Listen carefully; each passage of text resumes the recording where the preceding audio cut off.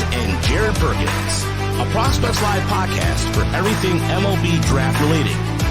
Join us as we discuss the biggest stories from college and high school baseball, bring you interviews from your favorite draft prospects and college coaches, and break down live looks for Prospects Live analysis across the nation.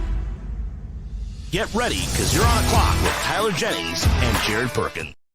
All righty, welcome to another episode on the clock, the Prospects Live Amateur Baseball and MLB Draft podcast. On the clock's printed by Jaw Bats. Jaw Bats provides the highest quality ash and maple, handcrafted, fully custom bats, apparel, accessories, and more. Click the link in our bio and enter the code OTC10 at checkout to get a 10% discount on your first purchase. All right. I'm Jared. That's Monty. He's filling in for Tyler Jennings today. We have an incredible guest with us today, Ike Irish from the Auburn Tigers. Ike, how are you doing today, man? I'm good, man. I'm good. How are you guys? Yeah, we're good. We're excited to have you on, man. Excited to kind of dive into this. The first question we always ask guys, just because, just for the viewers who don't know you, take us a little bit through your amateur journey, how you kind of got where you are today. Yeah, so, my amateur journey really started about my 8th grade year. In my 8th grade year, I started taking visits to colleges. I went on a visit to Michigan and Michigan State, being from Michigan. And so it started then. And back then, I was playing with the Motor City Hit Dogs and playing with them. And, that looking back on it now, that team was stacked. You had Brock Porter, who signed for, a couple of millions. You had Nolan Schubert, who's a stud at Oklahoma State. You have Jack Crichton, who's at Clemson, and just a bunch of other names. And so it started then, and joining that team, was the first step in really my amateur process. And then, freshman year in high school, I played on varsity, and I think I hit like a $130. And I was like, holy smokes, like I'm talking to all these D1 guys, like, and I'm hitting a $130, what am I doing? And then I went to the summer circuit, and then I played pretty well on that. And thankfully Auburn was there, when I got hot, and I think Auburn, actually our hitting coach Gabe Gross, he liked it, or he liked that, I laid a bunt down my first at bat, and then I hit a double off the wall, my second at bat. And so I hadn't really talked to Auburn. It was mostly, Northern Big Ten schools, a couple of ACC schools, and a couple other SEC schools. And then I talked to Auburn. My dad did his research on Auburn, like how many guys, what do they produce? What did they go from ranked to unranked, and how did those guys get drafted? And so Auburn, for me was home right when I stepped on campus. I loved it. I loved our coaching staff. Having two hitting coaches here at Auburn who were both left-handed hitters. One played in the big leagues for 8 years, and then one had led Vanderbilt in hits for, a long time. And it was just the right place for me. So that was going into my sophomore year of high school. Going through sophomore year, COVID hits, and, I'm playing travel ball with Brock Porter and Jack Crichton, and they're just talking about this Orchard Lake St. Mary's school, because I had been going to a public school. And I was like, oh, man, like I'd love to go there. And, talking to my parents, they're like, yeah, you live in a dorm for 5 days out of the week. And so ultimately I went to Orchard Lake St. Mary's, and it was probably the best decision of my life. Being around guys like Alex Mooney and Nolan and Brock, and man, I think we had like 23 Division I guys at one point on our team, which was insane. And just, being on my own for those 2 years, my junior year and senior year, really helped me mature. It really set me up to have a successful freshman year here. And, I think it's pretty cool that at one point in the dorms, we had Nolan Schubert, who was my next door, roommate.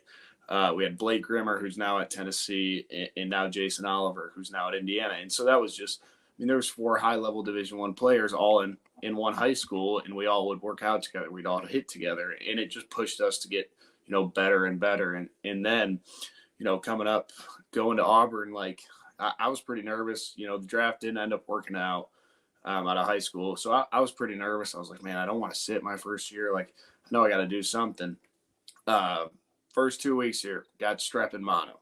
So I was out for the first couple of weeks, and I was like, oh my gosh, like wasn't able to pick up a bat or nothing. And then, so, my freshman fall, we had started doing stuff early. And we had live at bats by the time I got back. And I was like, man, I remember I was shaking in the box. And, I took a fastball, my first at bat, hadn't swung a bat in 2 weeks, and hit it up for an opposite field home run. I was like, oh my God, I can do this. Same thing happened in the fall game. Like, yeah, I was leading off, and then I was like, man, and I struggled my first at bat, next at bat, hit a home run. I was like, oh, like I can do this. But the thing about my freshman fall was, as a primary catcher, and we have an indoor bullpen, I had the yips. And so I was like, man, I gotta hit, So I was like, I literally can't play a position. I can't throw the ball back right now. Like, I have to hit.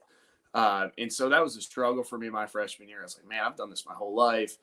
And then I was like, I kept losing confidence, and I was like, man, what if I'm not a catcher? What if I'm an outfielder? What if I'm a first baseman? Whatever.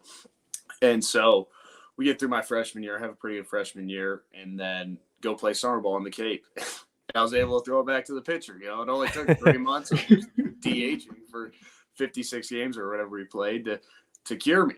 And so went up to the Cape freshman year, had a lot of fun up there, up in Brewster.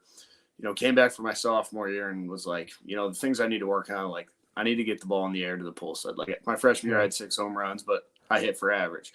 And I was like, what is the one thing I can add to my game? And that's getting the ball in the air to the pull side. I mean, because I'd hit so many ground balls to second baseman, and pure barrel, I'd catch it a little deep, or I was a little late. And so that was my big adjustment to work on last year. And so going into sophomore year, I was ready for it. And, first night, opening night, like, went 4 for 5 with a home run and a double. I was like, oh my gosh, like, this is awesome. Next game went 0 for 4 with 2 punch outs. And I was like, yeah, typical. Yeah. And then, I got hot. I think we were playing Texas A&M, got hot, really hot sophomore year.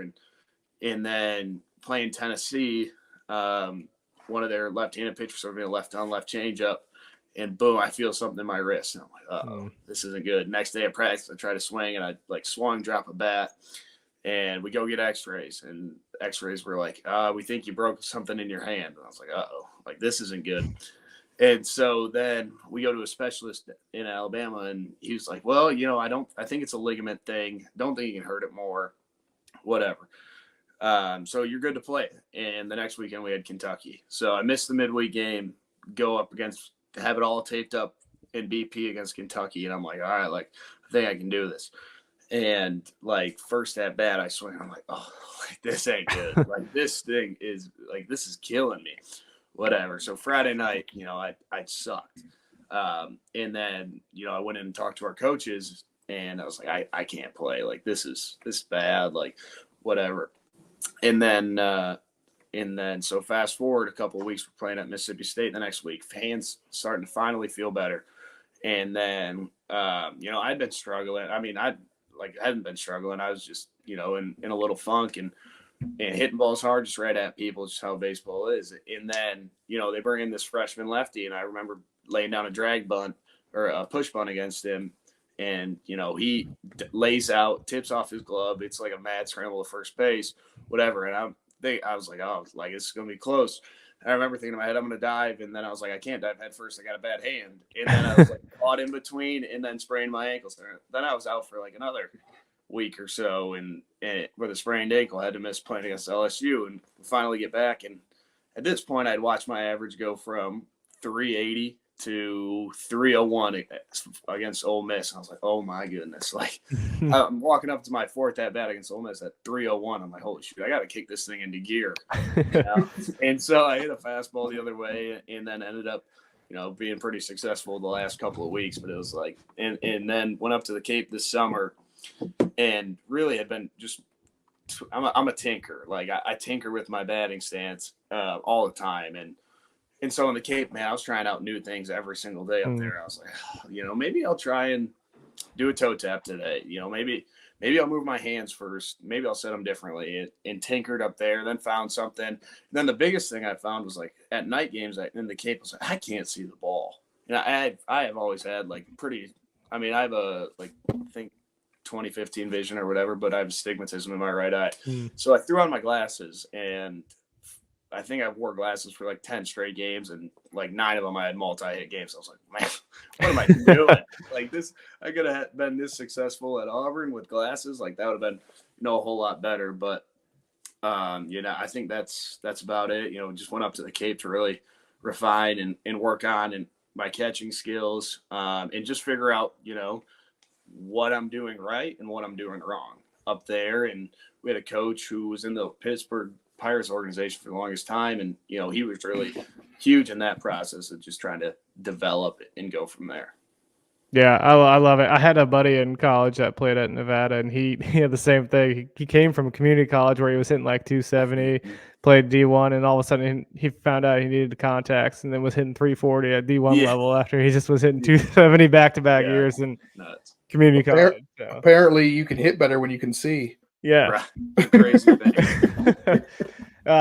I love it, man. The one thing I really liked about your journey is that you talked a lot about kind of those moments of adversity, right? The bad freshman year, having some of those struggles with injuries and those kind of things. What for you kind of helped you kind of stay mentally prepared, even when you're going through those struggles? And because sometimes when you have those things going on, right, it's like it's hard to focus, right? You're like, I'm never going to get out of this slump or things like that. What did you kind of do to help you kind of stay on that path and get success finally? Yeah, I think the biggest thing for me was like I got away from baseball. Anytime we'd have an off day, I'd be on the golf course, and that was the biggest thing, was just getting away, and just leaving it at the field. And that's what my dad played pro ball for a couple of years, and that was the biggest thing he preached to me was you got to leave it at the field. And so whether it was on a Thursday night before we would have a big series my freshman year, I'd be at the bowling alley because I love to bowl, or whether off day after a Tuesday game. 4 of us would be out on the golf course. And that was the biggest thing for me. It was just getting away from baseball, because baseball can be a taxing sport, and everybody knows that. And, when things aren't going good, you want to spend more time at the field, and then you kind of just lean into bad habits or so on and so forth. But when things are going well, it's like, man, I'll show up and I'll go 4-4 every time. It's like, I got to put in this extra work. And, for me, it was just like, I get my work in, and then I go and, I go to the golf course or go to the bowling alley. I love it. How competitive did those bowling matches and golf outings get? Where you still competitive? I'm sure it's a different sport, but I'm sure the competition was still pretty fierce. Yeah, the bowling thing went back to high school. That was a whole thing on our team, and we would separate into fours. And it was pretty good baseball fours. I mean, we had Ryan McKay, and I was at Michigan State, and so it would be like on one bowling team, it'd be me, Brock Porter, Alex Mooney, and Nolan Schubert on one team. And it got to the point where Nolan had his own ball, like I bought my own ball, Brock had his own ball, and so did Alex. Like we went all out, and so sitting in my closet is my bowling ball, my bowling shoes, towels for the ball, and then cleaner. So yeah, once you start buying the equipment, man, like you're fully invested. You got to win. No doubt. I love it. The other question I was going to ask you too is just for you, kind of as you start looking towards 2025, what are some of the expectations for you going into this upcoming season, and where are you really kind of looking to improve your game the most? Yeah, I think my biggest expectation for myself is to have 10 stolen bases. If I'm stealing bases, that means I'm either getting hits or I'm getting on base. And I don't like to look into like numbers or anything like that, because then it's just comparing, and then it's like, hey, what are you playing baseball for? So that's my biggest expectation, offensively, 10 stolen bases. That's my goal. I had that same goal last year. And then defensively, man, it's like dominating the low ball. I think I throw guys out that comes naturally. Like the low ball it's a new thing for catching, and that's what everybody's working on is getting the low ball and getting like a couple inches off each side of the plate. And so that's the biggest thing. If I was going to pride myself on one thing this year, it would definitely be receiving the low ball and getting balls that are 2 balls off the plate or 1 ball off the plate to be called strikes for our staff. Love it. You were 8 for 9 in the Cape League, so you just got to improve a little bit on that during the spring season. Exactly. You mentioned the draft coming out of high school not necessarily going your way, and you are at college and you're playing in the SEC. what are some of the benefits of that? And let's say you could go back and the thing might have gone your way. Would you still then choose to go to college? Yeah, I think I would. Just growing, like looking back at it now, I was not ready for pro ball at all, and it was the best decision of my life coming to college, and coming into college. So I came in with like 42 credits, so I'll be able to graduate in 3 years. And that's my biggest thing is like, man, I'm going to graduate in 3 years. I'm going to have college education. I won't have to go back and take school. And I get to play baseball just as much as I do in pro ball. And I just wasn't ready. I don't think I was ready physically to play pro ball out of high school or mentally. Like I just wasn't ready. And this has definitely prepared me better for that. And, I couldn't be happier with the decisions that, me and my family have made. Would you recommend that most high schoolers go to college, or obviously it probably depends on the person, but it seems like a lot of times it can benefit from college experience, especially if you're playing at a high D1 level? Yeah, I mean, just like the only person that I saw coming out of high school that was really good enough, and it was two pitchers. It was Brock Porter and Dylan Lesko, and those guys were like surefire, like, yeah, you don't belong in college. You guys, like, Brock would throw a fastball at 99 past guys in high school, and it's like, hey, what do you need to go to college for, Brock? Like, you're unbelievable. And Brock's one of my best friends, and it's like, man, he doesn't regret his decision because he was ready. And I think if you ask me and Nolan, we probably weren't ready out of high school, and we made the decision to come to college, and I think it's worked out well. So in essence, I'd probably say, like, you got to be a special type of person to go out of high school. Yeah. I mean, I even look at Dylan Lesko, though, that changeup is absolutely disgusting. Mm-hmm. Right. That's not a good time for anybody. The next question I was going to kind of dive into here for you. In terms of the Auburn schedule, we were talking about this in the pre-show, the tough stretch of games that you all had. I think it was like, Arkansas, Kentucky, Tennessee, like Texas A&M, all back to back. But that's like the SEC every day. Like, when you're going through those struggles as a team, kind of what helps kind of keep you all together and keep pushing forward? You still ended up with an all right season. So I guess for you guys, what kind of helped you to kind of get to that next step? Yeah, if you look back at my freshman year, like, we had started out terrible in the league. Yeah. And then we kicked it into high gear at the end. And that was the same way. Like, we knew we had a really tough opening 6 weeks. But we were like, man, if we can just, we just got to win 5. We got to win 5 and 10. We got to be 5 and 10. It doesn't matter where those wins come from. And it was like, man, we went 0-3 in Kentucky, but we got one against Arkansas. And then we're like, okay, we can handle this. We're 1-5 in the league. But whatever. We were 2-5 or 2-4, the year before, and we had a pretty veteran team, and so it was just like we knew what we had to do, and ultimately we didn't do it, but that's what drove us. Was like, we know we can start slow in this league, and if you get hot by week 6, because it's only 10 weeks, like you've got a chance, and you got a chance to host, and so playing Vanderbilt at their place, then Arkansas, then A&M. We were like, man, if we can just get through those, like, and then we had Tennessee and we won on Friday night. And we're like, man, we got a real chance here. We got 2 wins. And we just smoked a really good team. And we offensively, we dominated that game. Yeah. We're like, man, if we can just keep going and build on this and watching Kentucky, we're like, man, we felt like, we could outscore them, and their pitching staff was good, and they play fundamental baseball. Like, that is Kentucky. We're like, man, if we can just get them out of the way they play, like, we got that series, and then we can get hot. And, ultimately we didn't, and credit to those teams for coming on the road and beating us. But it was just that mentality of like, we know we have a chance. We just had to get hot at the right time. Yeah. Yeah, I had a chance to see you guys early in the season in Jacksonville, you had to face Brody Brecht on a Friday night against Iowa, and to kind of survive his outing. And I thought you guys were a really good team coming out of that. And then it's just sometimes that's the breaks with the way the schedule works. It was just a brutal schedule. Yeah, and I mean, I looked at those games. Most of them were pretty close too. So it wasn't like you were just getting dominated by teams. Right. Yeah. Right.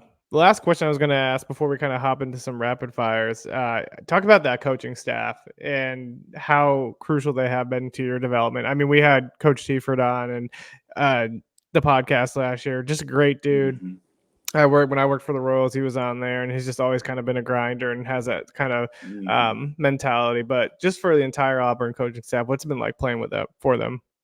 Yeah, I think it starts up top. Butch is probably the best human being I've ever met. He is down to earth. He's extremely funny. But he doesn't really show it, but he's hilarious. And he's an awesome leader. Like I love playing for that guy. I'd run through a brick wall for him. So it starts with Butch, and not only is he a good person, he's an amazing coach and a pitching coach and all this stuff. I mean, I think he was a national assistant of the year at one point at Mississippi State. Like he knows baseball, and he is so deep in knowledge within almost every position. Anything you ask him, like he's a genius is how I frame it. And then, you go down the line and we got Gabe Gross and first round pick and 8-year big leaguer. And, Gabe has been so influential to me, just talking up, just mentality wise and just, every day is a grind, and he brings up, the power. I mean, Gabe can tell stories though. Like, don't get me wrong, Gabe's a talker. But man, Gabe just, he pours into our players. And he's a lover, and he loves on us, and, he can be tough when he needs to be, but, he pours into us, and we can really feel that. And then, Nonamaker and Carl is awesome. Like he has some Jersey in him, but like that does like he makes us better every single day. As a freshman, he would speed me up so much just in practices. And now looking back at it, watching our freshmen right now get sped up, I'm like, wow, like the game moves slower now because Carl pushes us to be our best every single day. And then go into our pitching staff, like Everett Tiford and Scott Foxhall. Like those two guys are awesome. Like Fox is one of the best human beings that, we've ever been around. And Tiford's awesome. Like, man, he's the definition of a left-handed pitcher. Yeah, I was gonna say that dude is 100% a lefty. Yeah, practices, like he's got hat backwards, he's got tights on, and the whole nine. And man, he's so in depth and in knowledge. I'd say he's been so influential as a pitch developer for our pitchers, and just showing guys what's the right grip and all this stuff, and really teaching guys how to pitch. And so we really have 3 pitching coaches on our team: Butch, Tiford, and Fox, and all 3 of them have so much knowledge about the game. And I can't say enough about our staff, because they've really helped me reshape my game and really try and it's not like I came into college not polished, and they've really helped me polish some of my tools in getting me to that next level. And I think they do that for most of our guys. Like you look at Casey Mize when Butch was here, goes from undrafted to the number 1 pick. Or Ryan Bliss, same thing. He debuted this year, and he was undrafted, or maybe he was a late rounder, and then as a second rounder, Cole Foster, the same way. Like you see it with all these guys. They come in probably really unpolished, and they come out pretty polished, and that's all due to their hard work and our coaching staff pouring into them and really helping them redefine their skills and polishing them off. I love it. Monty, do you got any more questions before we dump into my last one is you mentioned Gabe could be a talker, but you seem like a little bit of a talker. Are you doing much talking during the game? During practices, no. I like to keep to myself. But during game, I'll talk a little bit. Mostly telling our other guys like how much this pitcher sucks, or whatever. It doesn't matter who we're facing. I'll never give credit to a pitcher, except for Brody Brecht was the nastiest guy we ever faced, and we faced Paul Skeens too, and Brody Brecht stuff. It was we didn't know he threw a splitter, and we knew what Paul Skeens threw, but we didn't know Brody Brecht threw a splitter, and so we're coming back to the dugout like, oh my gosh. I swear that ball cut. That's not a curveball. That one faded. Like, what is that pitch? And so, I'll talk a little bit during games just about, and you guys won that game. Yeah. So we as did. soon as you got him out, you got to the bullpen. You guys, Yeah. you Right. guys took care of business. Right. I love it. So since we're on the clock, we're going to throw some rapid fires at you to end things off. Just some more fun questions. So the first one is go-to spot for food in Auburn. Definitely the Hound. Love it. What kind of food is that spot? I get the like the Wagyu smash burger. It's awesome. Oh, that sounds good. Being a Michigan guy, Michigan or Michigan State? Go green, my uncle. There. I love Michigan State. Love it. Favorite home run you've hit so far? Oh shoot, that's a good one. I would definitely say against Texas A&M. Like I think I had a 9-pitch at bat on like the 10th pitch. It was like 96 at my eyes, and it was a grand slam. It was awesome. I love it. Build your Mount Rushmore of catchers. So you got to pick like 4 guys. Joe Mauer, easy. Love that pick. Buster Posey, JT Realmuto, and Yadier Molina. Yeah, that's a good squad right there. Last one is, what's the potential walk-up song for 2025? Oh, it's between 2 right now. It's either Birds Flying High, it's like a remix by Big Heavy, or it is The Show Goes On. Love it. That's awesome. Ike, we can't thank you enough for taking the time to join us on the Clock. We're wishing you nothing but success for the rest of the fall, going into 2025, and we'll definitely be watching, man. Yeah, thank you guys.